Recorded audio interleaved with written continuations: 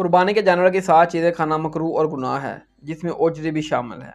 دیکھیں اوجری اکثریت کے نزدیک تو بالکل جائز ہے، حلال ہے۔ حنفیوں میں 2 رائے ہیں، ایک وہ کہتے ہیں کہ مکروہ تحریمی ہے، ٹھیک ہے، تو اگر اس کو صاف کر کے کھا لیں تو ٹھیک ہے۔ بعض حنفی بھی اس کو بالکل جائز کہتے ہیں، ٹھیک ہے۔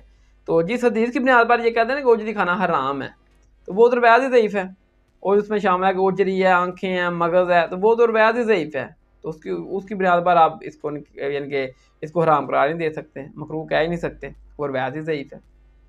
تو قرآن میں اللہ ذات نے جو واضح چیزیں تھیں جو اپنا حرام وہ بیان کر دی، وہ مردار ہے، بہتا ہوا خون ہے، خنزیر کا گوشت ہے، وہ چیز جس کے اوپر غیر اللہ کا نام ذبح کے وقت لیا جائے، ٹھیک ہے، جو جانور گلا گھوٹ کے مر گیا، چوٹ لگنے سے جانور مر گیا، کوئی جانور اونچائی سے گر کر مر گیا، کسی کو سینگ مارا مر گیا، کسی کو درندے نے پھاڑ دیا، یہ تمام چیزیں اللہ تعالیٰ نے بیان کر دی ہیں جو حرام میں تھی۔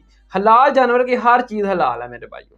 تو جس روایت کی بنیاد پر یہ کہتے ہیں کہ اوجری مکروہ تحریمی ہے، وہ روایت ہی ثابت نہیں ہے، تو اوجری بالکل جائز ہے، کھا سکتے ہیں آپ۔ حنفی بھی مانتے ہیں کہ صاف کر کے کھائی جا سکتی ہے۔